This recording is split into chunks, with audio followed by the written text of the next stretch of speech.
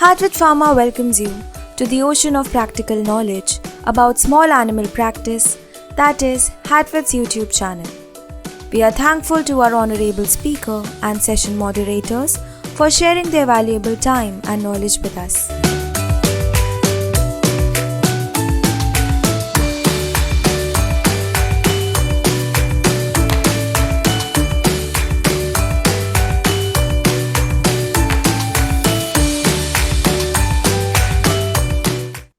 So, dear participant, today's speaker, Dr. Koothan, is a very famous clinician, and he worked in Johnson & Johnson.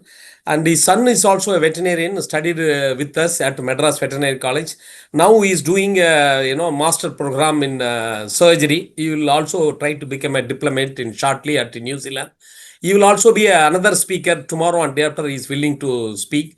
And so I do not waste my time. And the most important thing is we have created Emergency Critical Care Society of India. So I could see nearly 1,047 participants registered so far. And so some of the participants from other neighboring country also. Many of the diplomats, they're willing to, participate in this program. They're willing to talk about all the emergencies. So it is the need of the hour. India is the country having highest number of canine population in the world. So our study, our activity should be focused to the other part of the world. So I, requested the Dr. Koothan is our Madras Veterinary College alumni. Madras Veterinary College alumni itself with the bigger strength available in US as a practitioner, as a diplomat. So they all will join in this forum. They will disseminate the knowledge. They are very busy people. Short time, Dr. Koothan accepted our request. He is ready to speak with us. I requested him to deliver a talk on feline common emergencies and its management. And I request Dr. Koothan to deliver his speech. Thank you, sir. Please take your stage. Good evening to all, and it's my pleasure to join you with you and share my experience in feline medicine. I've been a graduate of the Madras Veterinary College 1983. Then I did my master's degree in microbiology, immunology, and then PhD. And then practiced at various places in academia and pharmaceutical industry. So now I'm practicing in Houston, general medicine. In our practice, we do see good number of dogs and cats. I used to work in emergency vet as an emergency.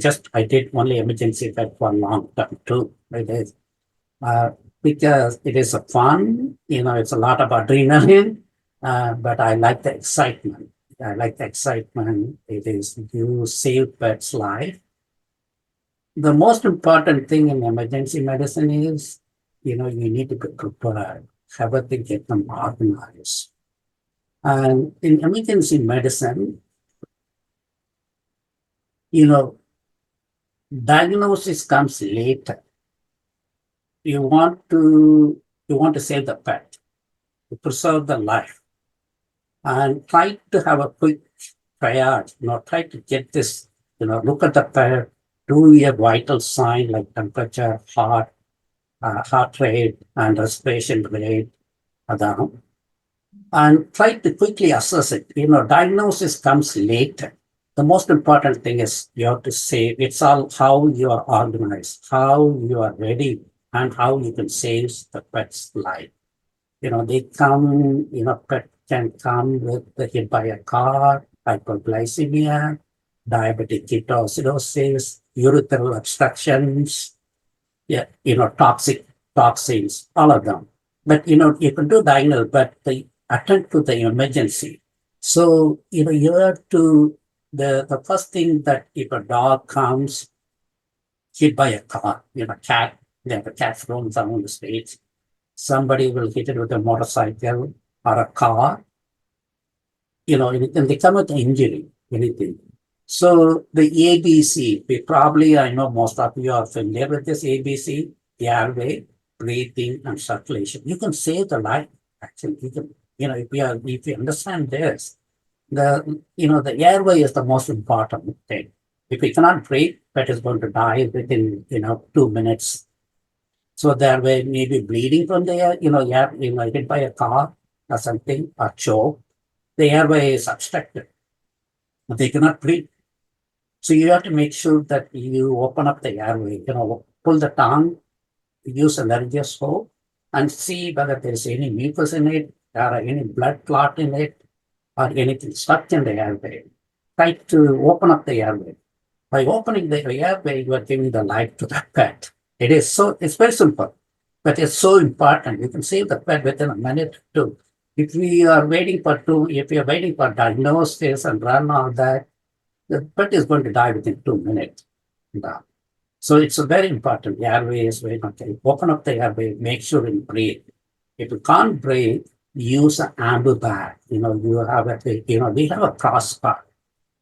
In our car, we have an emergency car, we have a bag to sit down, or we can do oxygen.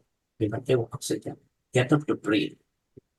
And then next is you want to look at circulation. The blood, the heart stops or bleeding somewhere. There's internal bleeding or there's external bleeding. The vein is cut, artery is cut, or it's cut, it's bleeding. It's done. They're going to be hypotensive rather than the practice of the heart. They're going to go into shock and they're going to die. So you need to make sure you're going to stop the bleeding. That's very simple things. If it's something you're bleeding from the arm, just to put a pressure on them, put a bandage, put a pressure on them. Or if it's somewhere, the external one, you can easily stop that one. They're very easy. It is a bleeding from the jugular, put a finger on it, stop it, or put a bandage, pressure bandage, stop it, stop this one. That's a thing, if you see that airway, breathing, circulation, you can save the pet's life. Then you can decide about other things, let's see what's going on with whether it's got a diabetic or a urethral obstruction or whatever it is. The most important is get them organized and save the pet. So we have a cart in our clinic. We have a cart where we have all the emergency. We have a catheter ready and have to bag to breathe for the cat, and sometimes we intubate them also. And also emergency drug. So we need to have these are very simple things. You have epinephrine, atropine, or if the pet is come with anaphylactic shock, you want to give diphenhydramine, or if they come with hypoglycemia, you need dextrose. So you need to your vasopressor like dopamine or epinephrine. So you need this one. You need them and then get them have a car. The most important thing, train yourself to how quickly you can attend to the pet's life. ABC. Those are the things. How quickly you can attend to it and stop the bleeding, make the pet to breathe, give oxygen to breathe, or if they have anaphylactic shock, give them medication. Quick vein access. You get them trained on them. You feel so happy. You see so many pets' life. It's wonderful. But a very simple thing: get them organized, get your cart ready, get your things organized and trained. So once you've taken care of ABC of the airway, breathing, circulation, then you look for some of the common signs when in an emergency situation you want to look for is what is the temperature of the pet. Is it less than 37 or, hypothermia, or it's a hyperthermia, but heat stroke, sometimes you get, heat stroke, pet is exposed to the heat and heat stroke, they can cause them. And then look for the heart rate, whether it's a bradycardia or tachycardia, and the respiratory rate also. You want to make sure it's not rated, for. And then if you can get the blood, you want to, if you can draw the blood and draw the blood and then see whether if it's septic shock, you want to know whether there is, whether the counts are high or anything. And then another important thing is train on doing the blood pressure. If you can get the blood pressure, that will tell you a lot about the pet's status. It will tell you a lot of the status of the pet. and try to get them, Doppler. We'll show you how we can do blood pressure, how to measure blood pressure in a cat. So these are the very important things. Look for signs.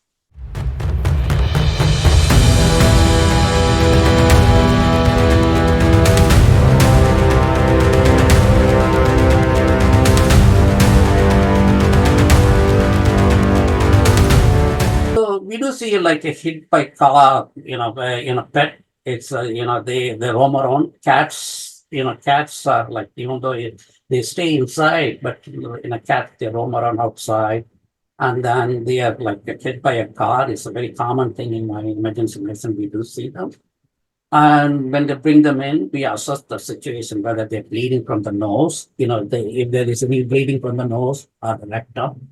You want to make sure if they're bleeding from the nose, there is there's a trauma in the lung, there's a possible trauma in the lung, or from, head injury is a common thing. You do see that. Or if it's from the rectum, there is internal bleeding going on somewhere in the GI systems. So those are the things you assess quickly. And fracture is very common in a car, most often pelvic fracture, we see that pelvic fracture.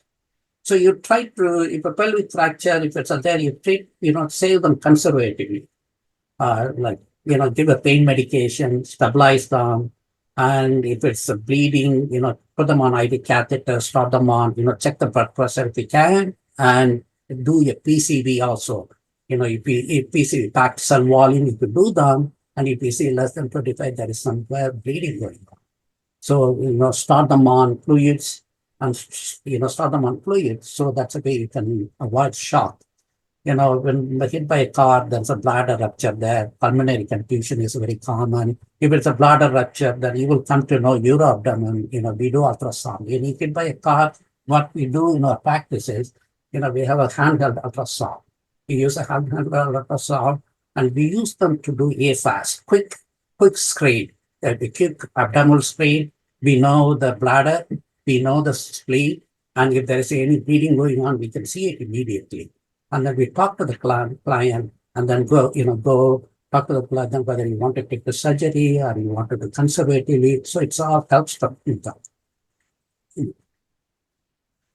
So this is the one, and this is the video I borrowed from the blood pressure, how to do blood pressure for a cat. I borrowed it from the YouTube. Let me play this one. It's from YouTube. It's very important thing. Okay. We want to place a cuff on the forelimb or on the tail. These clips will show placement on the front leg, and the cuff width should be between 30 and 40% of the limb circumference. So it's useful to measure the cat's limb to make sure that the cuff that you are using has an appropriate width. The cuff should fit comfortably but not be painful.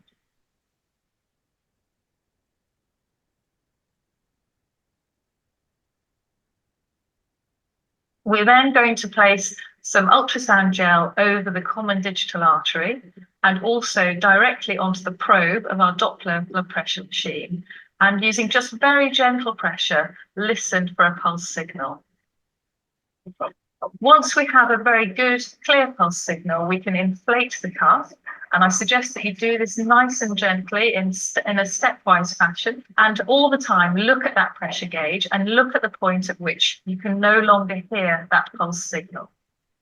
If you inflate a little bit above that point and then slowly start to deflate that cuff, all the time looking at your pressure gauge, listen very carefully for the point where the pulse is first clearly audible. And that is your systolic blood pressure reading. Deflate the cuff completely and repeat that procedure so that you collect 3 to 5 readings, which are all similar, and then you can calculate the average.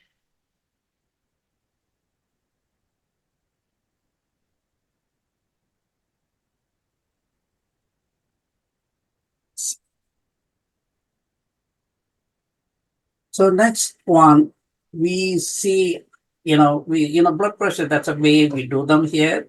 And we use a Doppler. This is the practice. We have a Doppler here. I hope you all can see me this. We use them same thing, Doppler. It's a Doppler. It's not an oscillometric method. It's a Doppler-based system. where we do measure the blood pressure from the cat. The doctor that we use them, I given some of them to my friends at and in Madras too to use them in their practice. So it's very simple device where you can measure the blood pressure of the cat and you can save the pet's life. Okay. So next I'm going to jump into various feline emergency we see in our practice. Okay. Most often in kitten, kitten, you can find them, client will bring a kitten from the road, they were driving somewhere and then they found a kitten. It's like, they found it, like lying down and like with a low temperature and not moving it, just barely living, barely, vital signs are there. They bring it to them. You assess them whether what's going on with the kitten. Kitten, when they bring it immediately and you touch them, the body temperature is very low. They are like, they're not even moving. And immediately, hypoglycemia is common in kitten, especially, abandoned cat. And nobody's taking care of it. They didn't eat it for a day, or they have some other issues. They have diarrhea, or, they have a liver dysfunction, insuloma, pancreas. They all come in a bigger cat, adult cat. But kittens, they come to the practice, do a quick, use the handheld glucometer, check the blood sugar level. That's, the moment you touch them, they are like, they hold to touch. They don't move, So you do a quick, check the blood sugar level. If it's 20, and then it's hypoglycemia. You can save the pet, but simply by giving dextrose, warm them up. And then within 30 minutes, the kitten will be meowing to you, get up and walk and down. So that's a way, but if you're not done that pet is going to die. So hypoglycemia causes, the adult cat, we do see hypoglycemia also in emergency cases. Most often diabetic cat, elderly people, they overdose them. When they give insulin, instead of giving like a five unit, because it's very hard to see, 5 unit, 3 unit. Sometimes we use 2 unit. Most often cats get 2 unit of insulin. If it's like 100 unit per ml, 2 unit is very less. And elderly people sometimes overdose. They overdose it. And then they become hyperglycemic. And then the pet doesn't move. They become comatic. And then they low temperature. So if we can easily, that's one of the way, do your glucometer, check it, and then, treat them with the dextrose. And you do see in other cases also, when they're pregnancy, there's hypoglycemia there, paraneoplastic syndrome, like when there's a tumor there, they can cause hypoglycemia in other systems. But common thing, diarrhea, young kitten, not being abandoned somewhere, hypoglycemia is one of the things you must look for it. So what we do, in hypoglycemic cases, if it's a kitten, if we can get the vein, if we can get the peripheral vein, dilute the dextrose. Normally we get 50% dextrose, and then 10% dextrose. You dilute 1:4 to 10% dextrose, and give them like 5 ml per kg. Is the dose. That's what you want to do. You can, access the IV and do it. Before, if you cannot access the IV, I always do few drops under the tongue also. I just do few drops under the tongue, and then if they can lick the dextrose and get them in, sometimes you're struggling. It's a kitten, hypoglycemic, hypotensive. Then you want to, you're struggling to get the weight in a kitten, like that. 0.5 kilogram, 300 kilogram, 500 kilogram, 500 gram kitten. So, give something under the tongue. So that's a way they can, before you access to it. And then, we do intraosseous also. Intraosseous is, you go to the greater trochanter and then insert the needle, like they use a 20 gauge needles, 20 gauge needle, the kitten is already very weak. You can easily palpate the bone and then insert the needle and then give it dextrose. And you'll save the life. by hypoglycemia is one of the common emergency you would see in emergency medicine. And then I'm switching gear here a little bit. And we all know metronidazole is, cats, they come here with the giardia, anaerobic bacterial infection, gastritis. Metronidazole is one of the common drugs we used in veterinary practice.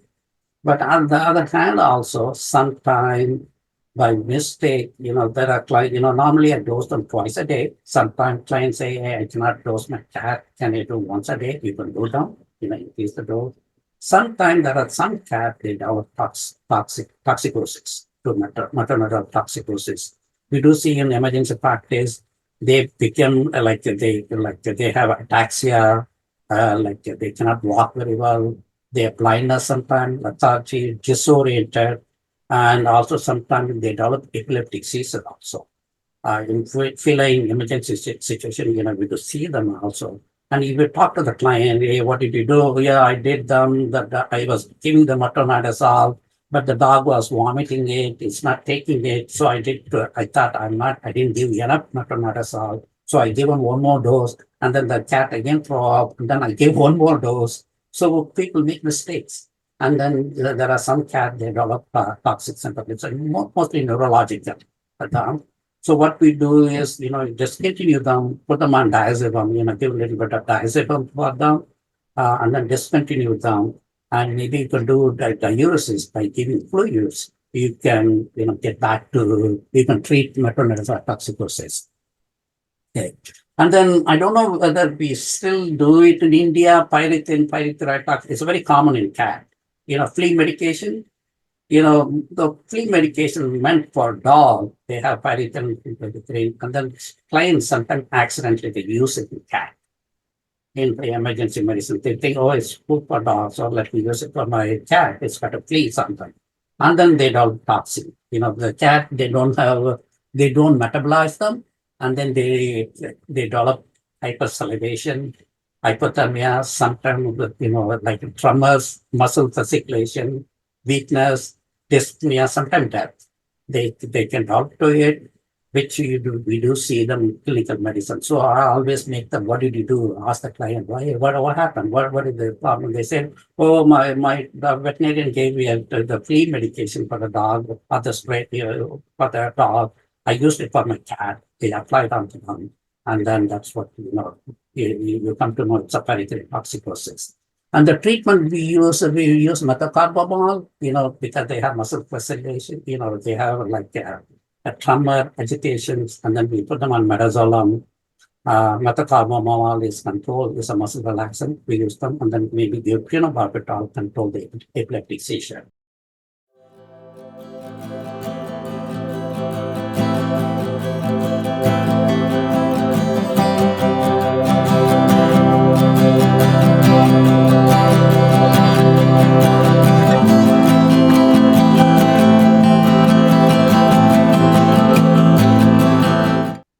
So I'm going to jump into the next one.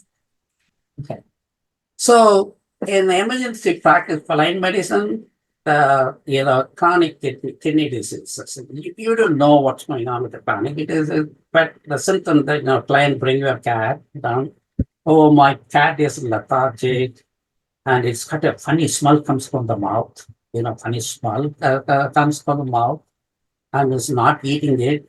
And it's not eating it, and it may, very lethargic and throwing up. Vomiting is a common thing. They will say they're throwing up. And I noticed that my cat has been like peeing a lot, urinating a lot in the past, and drinking a lot also. So those are the signs you need to get the full history of them. Full history, try to find out what's going on with the cat. Some of the things that causes renal failure, chronic kidney disease in cat is feline leukemia. They affect the whole liver, organ, kidney, liver, and neurological signs. They can cause them to do it. FIV can cause them. On feline infectious peritoneal kidney. The most common is non-steroidal anti-inflammatory drugs. We all use them for pain for dogs. But cat, we do use the meloxicam. We do use meloxicam for cat too. But sometimes accidentally overdose them, or overdose them, they can cause them to do it. And then there's some of them are like a chronic, some of them are due to other various, like polycystic kidney, amyloidosis, renal neoplasma, nephrotoxin. They all cause them. Some of them are immune-mediated diseases. And aminoglycoside, like amikacin, gentamicin, amphotericin, they all, they can cause kidney disease, chronic kidney disease in cats. And what happens when the renal failure is there's loss of nephron, because it's the most often there's acute renal failure and the chronic renal failure. Acute renal failure is, when you see it in the practice, it's most often due to some other non-steroidal inflammatory drug, or they have ethylene glycol poison, acute cases, or some, this is some of them. In chronic cases, it is declining in the renal function. There's a loss of nephron, there's amyloidosis going on, there's a proteinuria is going on. There may be other, tube nephritis, nephrolytic, they can all cause that. So what do you see in chronic renal disease? When you do blood work, you will see hyperphosphatemia. When you do blood work and urine analysis, what you will see is hyperphosphatemia. The phosphate levels are very high. Urea, BUN, creatinine levels are high. They go, with that. And if you can do blood pressure, you will see hypertension also. That's one of the complications of the renal diseases there. Let me get the next slide. So we do, one of the complications is, if you can get the blood pressure in the cat and measure them, that, if it's a pre-hypertensive, it's 140 to 160, if it's severe, more than 180, that will tell you the prognostic value of it also. In a chronic renal disease, when they develop hypertension, there's a retinal detachment, retinal bleeding, sometimes they become blind also. So getting the blood pressure is important. That's what help to whether you want to put him on hypertensive medications. In renal disease and emergency medicine, if you ask the client, they'll say polyuria, they've been drinking a lot, urinating a lot, and there's a weight loss, and then they've been throwing up, diarrhea sometimes, incontinent, and then the smell coming from the mouth. If you go and smell the mouth, you will see halitosis. So these are the common things, symptoms you would do them, but the diagnosis by blood work and urine analysis.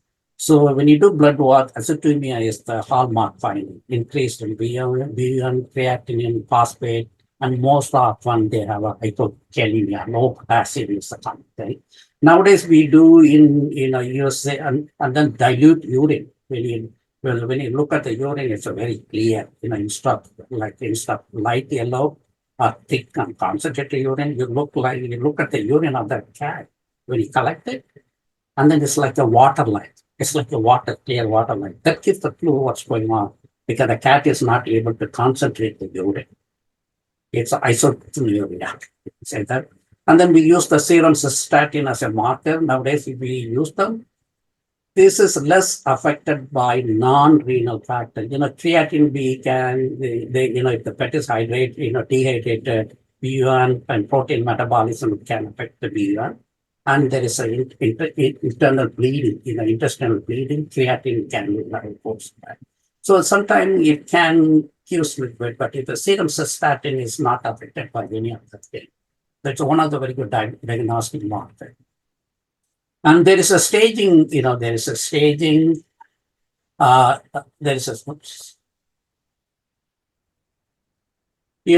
iris staging, stage 1, the staging helps to give the prognosis for the renal disease for the cat. Based on that, we can decide on how, what is the creatinine value.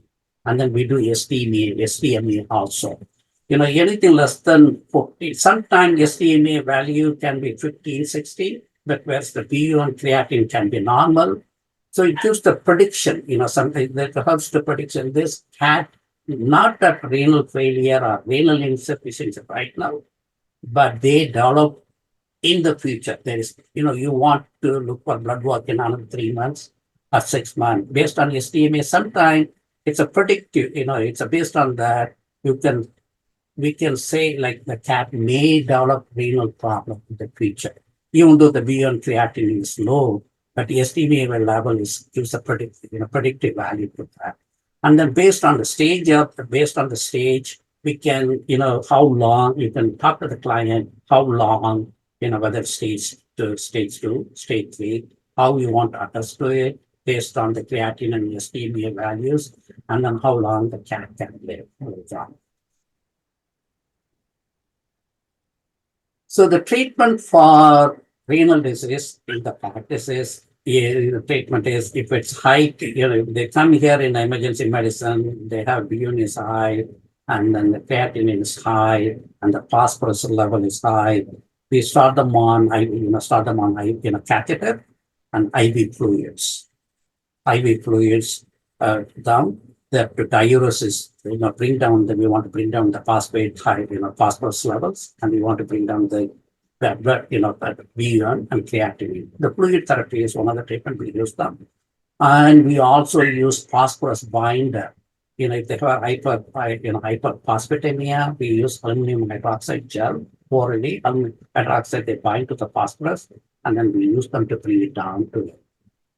That's to emergency medicine in the hospital. You take care of them in the hospital by giving fluid therapy, and then bring down the BUN creatinine, check the urine, and then check the electrolyte, make sure his potassium levels are, try to normalize the potassium level if there is, if it's hypokalemia.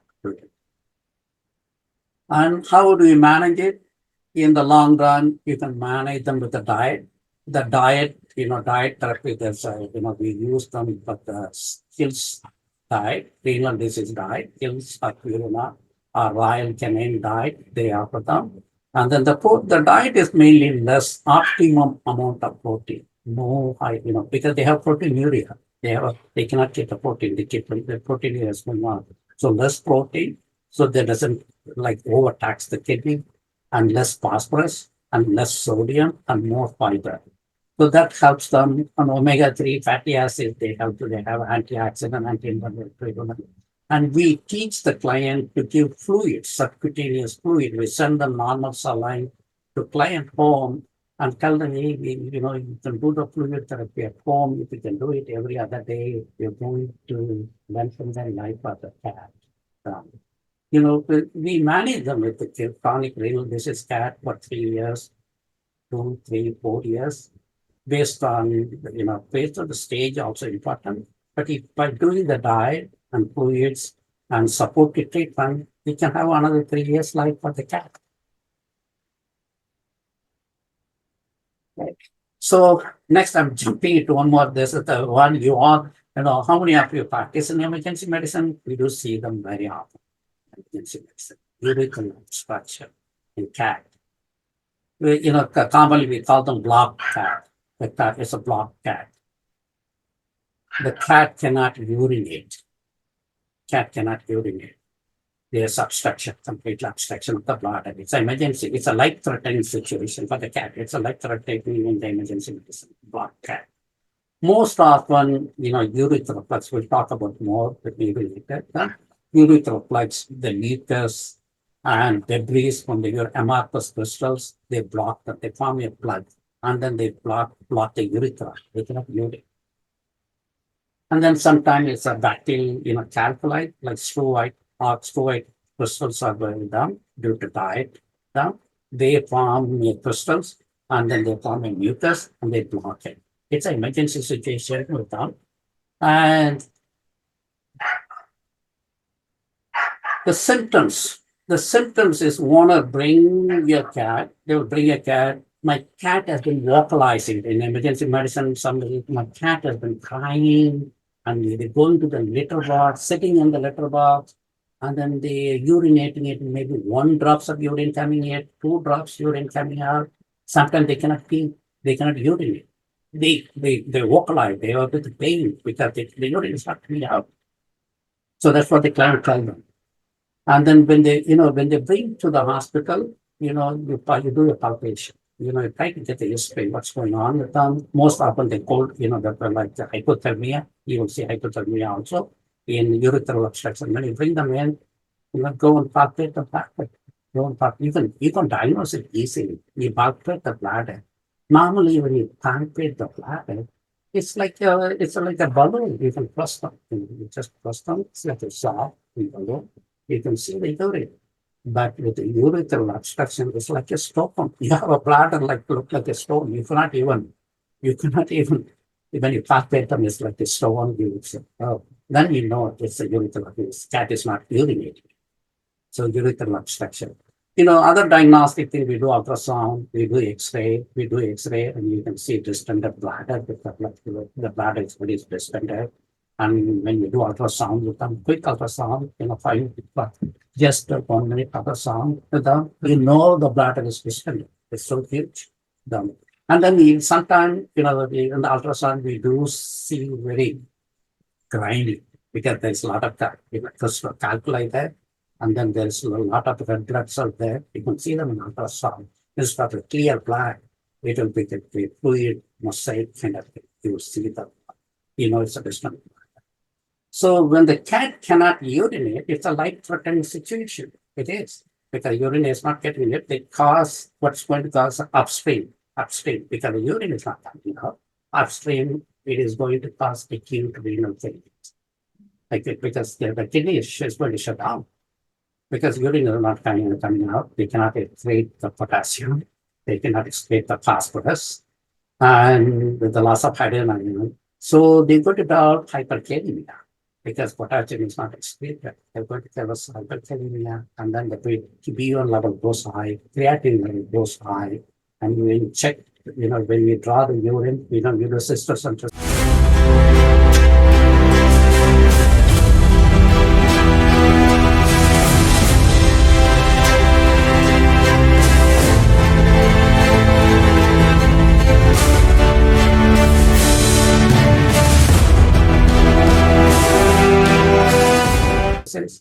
I've done quick system synthesis and get the urine, and you look at them, there will be urethral calculi, there will be bacteria, there's a lot of red blood cell, white blood cell, you'll see them. Hyperkalemia is a life-threatening situation that causes cardiac arrhythmia and bradycardia. If you do EKG, that's a called TV, you see the EKG. So, we talked about the symptoms before, hypothermia, bradycardia, vocalizing them. So the treatment for is, you need to relieve them. You have to make sure that you are getting the urine out of it. How do we do them? We, the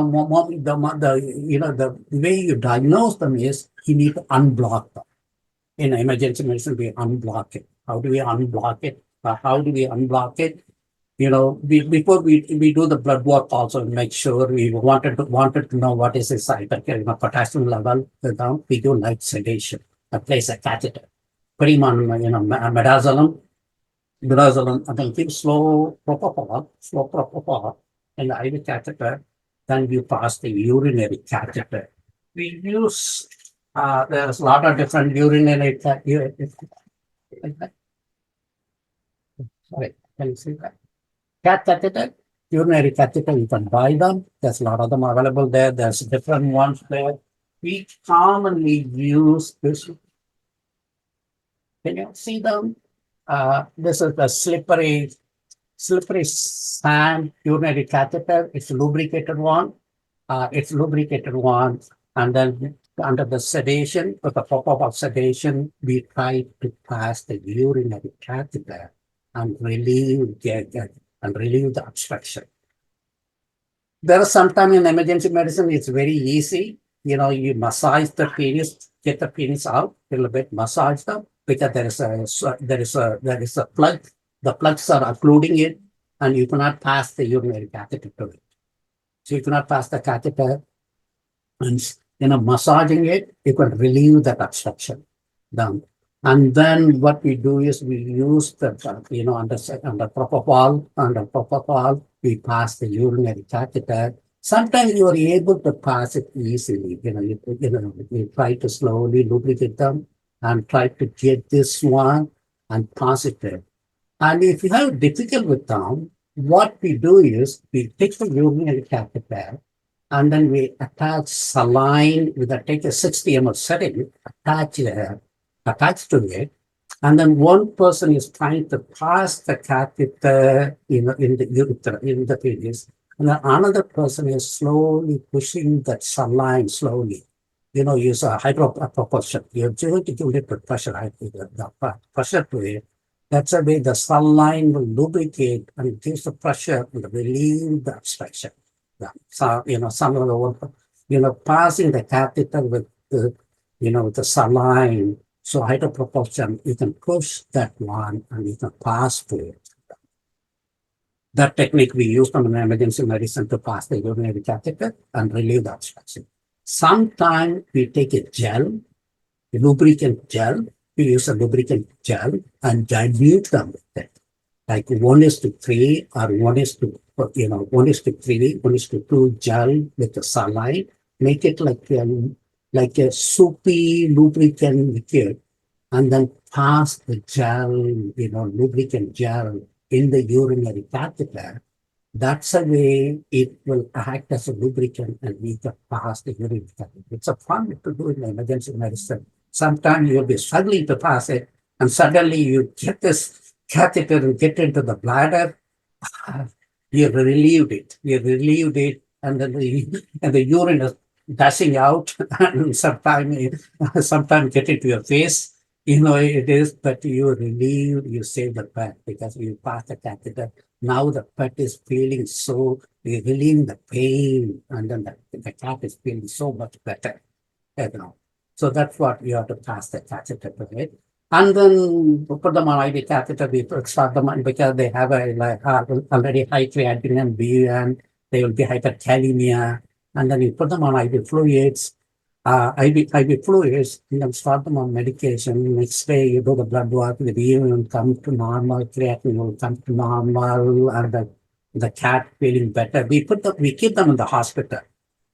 When we pass the catheter, with the urinary catheter, we attach we've attached to the IV set and a bag, and we collect the urine. It's a bloody urine. The urine will be a lot of blood today. So it's a bloody urine.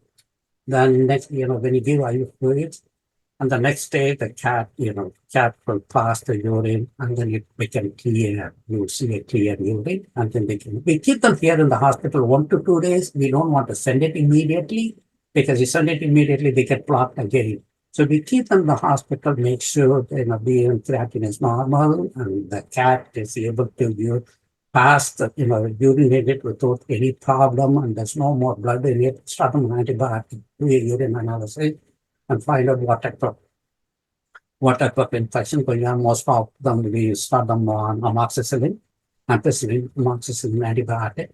We don't use any clonal. We don't want to use any endofloxacin clonal antibiotic because already they have kidney issues there.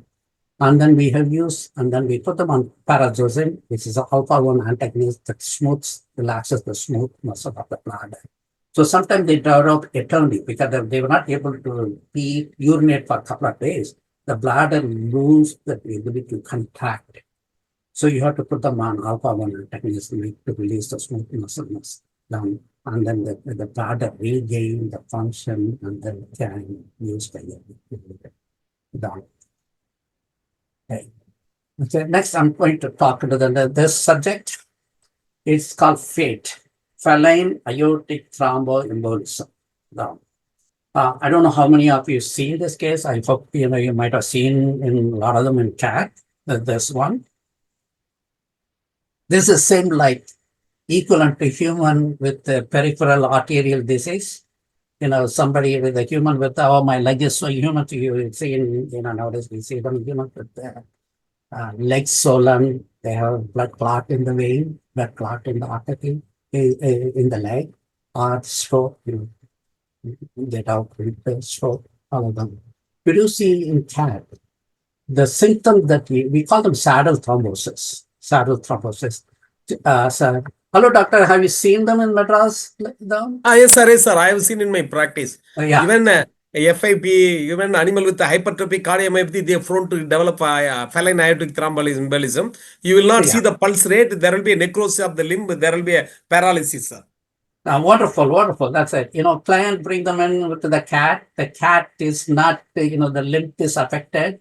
And then they have underlying underlying hypertrophic cardiomyopathy, and sometimes they have underlying hyperthyroid. They get paralyzed. So you will see 5P. The symptom is the 5P rule. 5P rule. When you touch the leg, when you touch the leg, it's a pale, purple or pale toes. And then cold extremity. Sometimes you do see on both legs of the cat, sometimes one leg of the cat.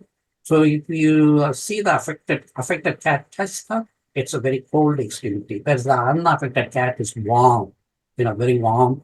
And then the affected cat, there's no pulse in it. You try to get the pulse on them.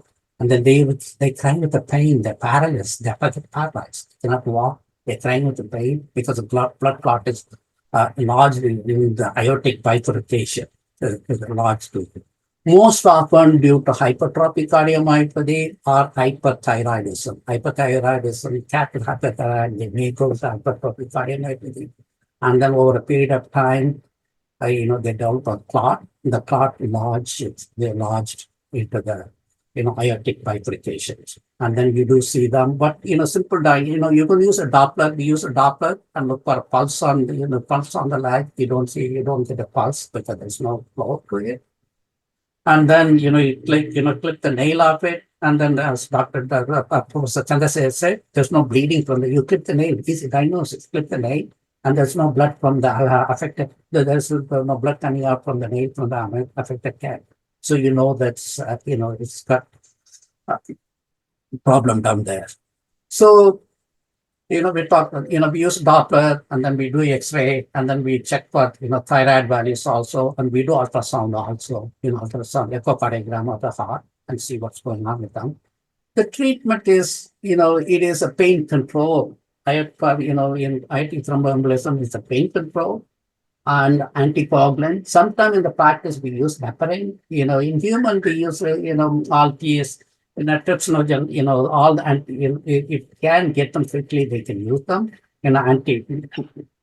Heparin, low molecular heparin drugs. But in veterinary medicine, it's too late. So thrombolytic drugs have not much value because it's already, it's past time. Thrombolytic drugs does not have a big value. But, we can use anticoagulant drugs like clopidogrel gel, aspirin. Those are the things we can prevent it. And in emergency medicine, we see them, we put them on, pain control and the anticoagulant, and then try to help to massage the leg. We try to massage the leg, try to relieve that. And there are some cats, the blood clot get dislodged. They may go to somewhere else. They may go to the lungs or the heart. And then next day they may start walking it. They may become fine. But in another month, they may develop the problem again. It's like some cat, they get better. And then some dogs, some cat, they develop it. But in a month, the prognosis is very bad. After a period of time, month to month, then we'll come to know that most part of the cat, they die. But this is the one, we see them in the emergency medicine also.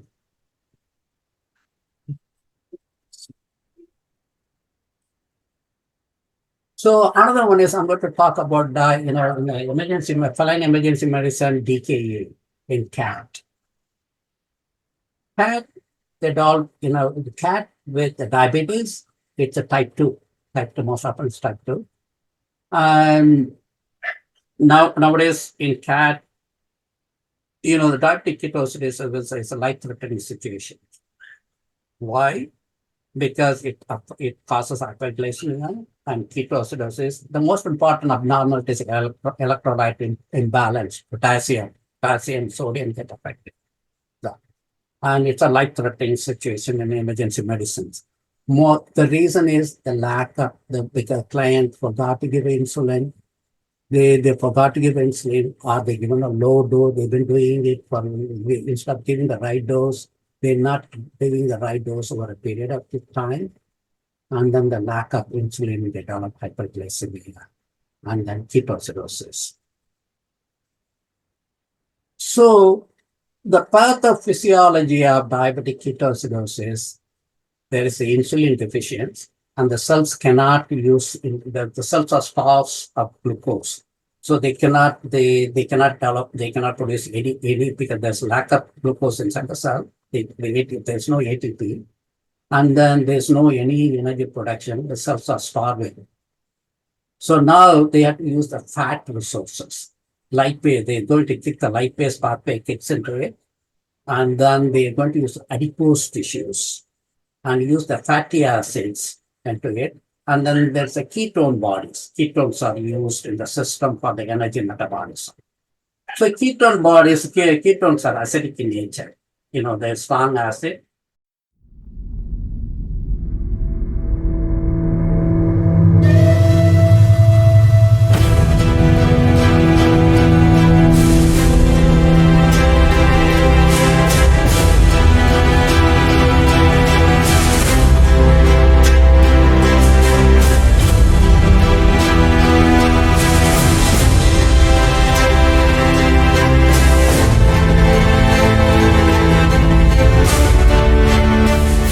And the over accumulation leads to metabolic acidosis. And then because of high, done. So it's very life-threatening situation where the potassium levels will be low, hyperglycemia, and the high ketoacidosis, acidosis, and then sometimes, they eat stress. So you have the symptoms is like, client will say in the beginning, polyuria, polydipsia, and then vomiting, weight loss, distress, hypothermia, is symptoms with them. And chemistry values, when you do the chemistry values, when the diabetic ketoacidosis, we will see increased liver enzymes, PUN, creatinine, and ketone. What we do is we draw blood and draw the urine and check the ketone levels. We have the ketone sticks, urinary ketone sticks with them. We put a drop of urine on them and look for the ketone. You'll know it will turn into dark maroon, red, brown in color. And then when you do the blood, when you check the chemistry values, you'll see hyperkalemia, hyperglycemia, and potassium levels are there. You check the urine, ketones, and glucose are there. So this is the emergency life. You have to treat them. So how do you treat that?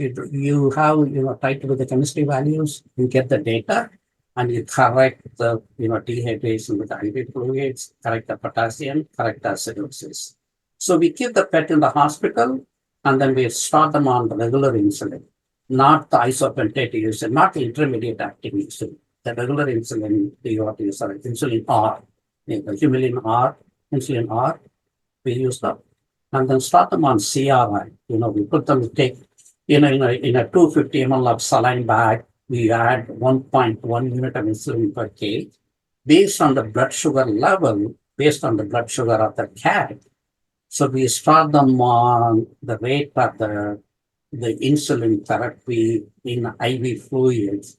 Based on that, we check them. If it's more than 350, we start them 10 ml per hour in a daily rate, and then check them in another 4 to 6 hours, check the blood sugar level, 2 hours, 2 to 3 hours, check the blood sugar level and adjust the rate. So you want to bring it down, the blood sugar levels also. And then we need to replace the potassium also. Potassium will be low.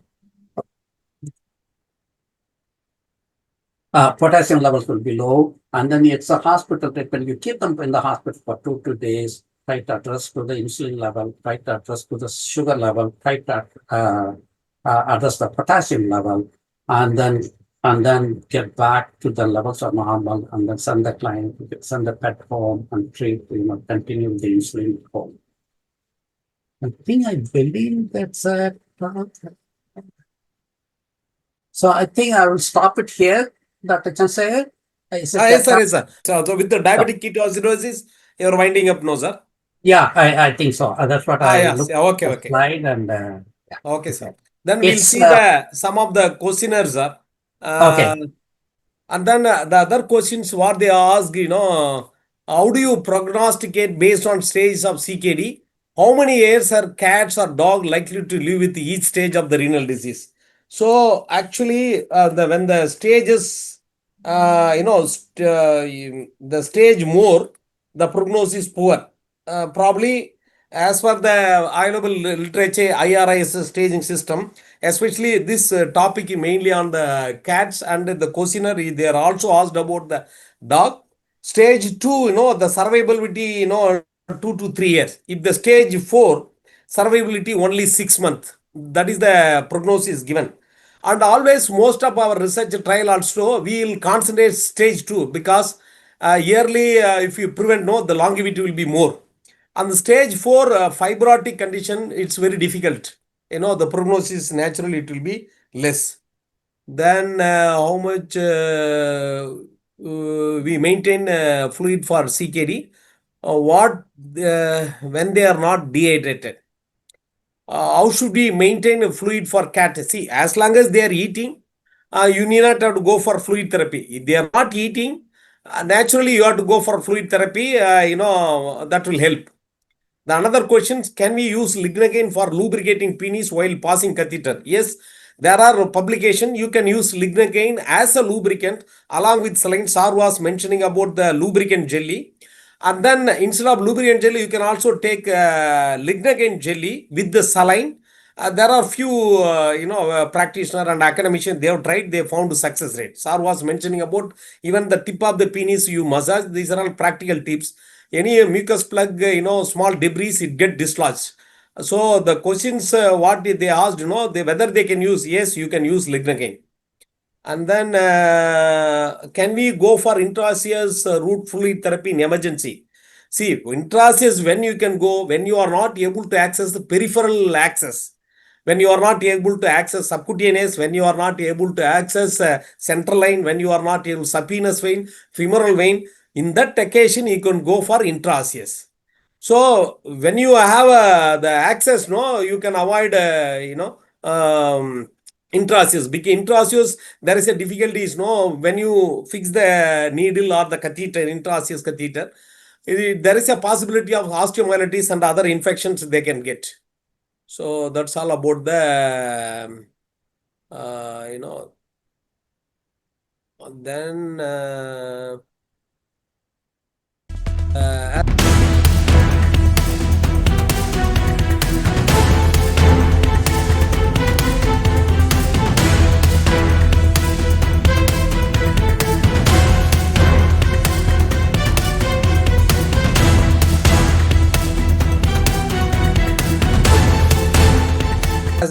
another question.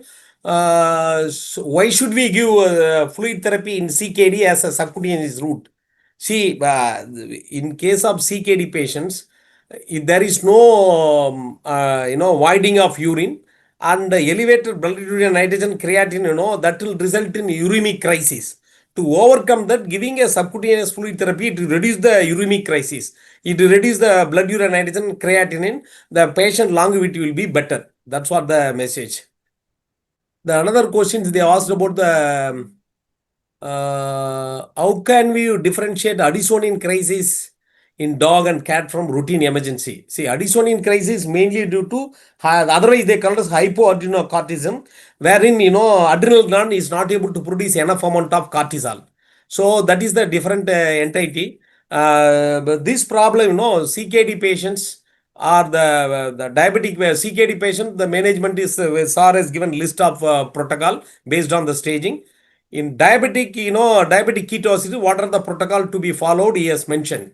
So if you can follow that, you can, take care of the patients. Can Then, I add? Hello, doctor. Hello, doctor. yeah, tell Can I me. add one thing? Yeah, tell me. Doctor, can I do something with Addisonian? Yeah, please tell me, tell me. Yeah. So what is the symptoms in Addisonian pair? Addisonian pair in emergency situation when they come in, the client will say the pet will have vomiting and diarrhea. that will be some vomiting, diarrhea will be there. There should be hypoglycemic sometimes, and then acidemia will be there. So vomiting and diarrhea, what is they're going to lose electrolyte? They're going to use electrolyte, potassium. But in Addisonian, you see the opposite. That's what we diagnose them in emergency. The pet will have vomiting and diarrhea, but they have hyperkalemia. So you do the sodium potassium ratio, it will be like 27 and more. So pet will develop vomiting diarrhea. Instead of losing potassium, they have a high potassium.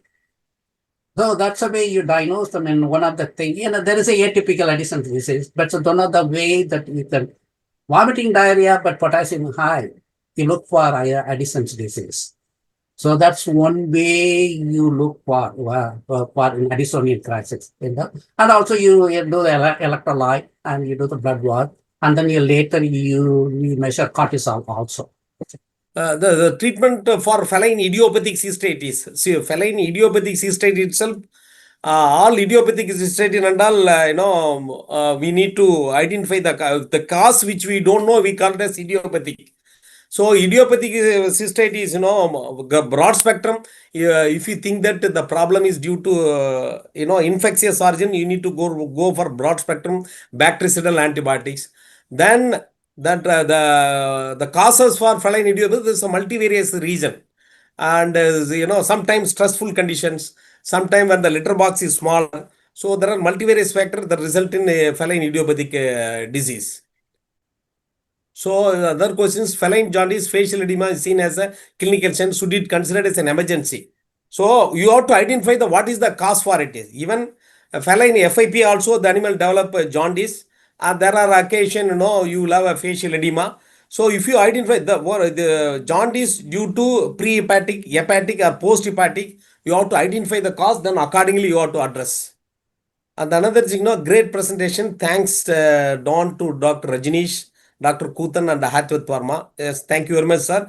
With the help of Koothan, sir, and Tyagi, it is not possible, to run the program in a short time, because everything happened within 2-3 days. So I want to thank them. Then other thing, what are the most common pitfall young vet make while handling this emergency? So the most important thing is client handling is very, very important. Now because availability of social media, you need to be very careful, handling the cases.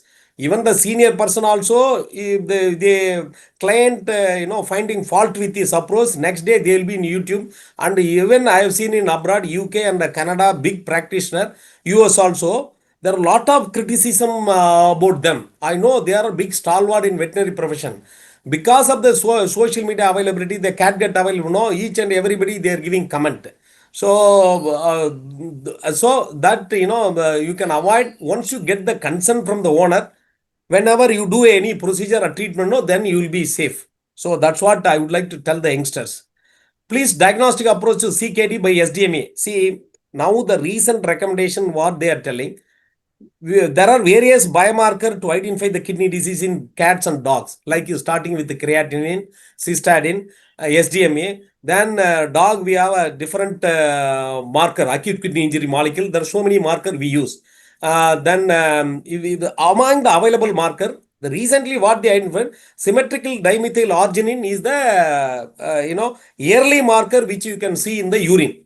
So the best approach, you have creatinine, you are SDMA. You need to take SDMA as the reference value. Based on that, you can stage again, you can declare the prognosis to the owner. That's what about the diagnostic approach CKD by SDMA. The chronic, excellent presentation, very informative and useful session. Thank you, sir. How long urinary catheter can stay in place and how often should it be changed? Sir, Koothan sir should answer. Yeah. So we keep the urinary catheter, we don't change it. We place the urinary catheter, you place the urinary catheter and we collect the urine in a bag.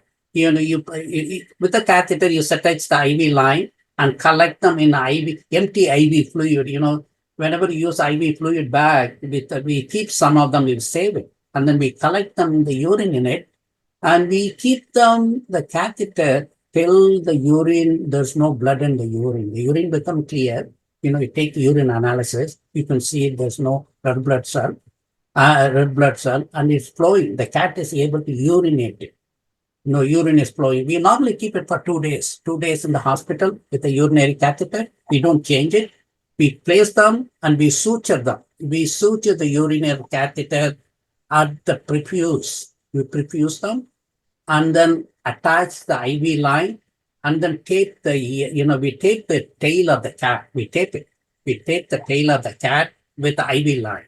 Such a way the urine flows into the bag. We keep them for 2 days and we do them pain medication so they can, pass the urine.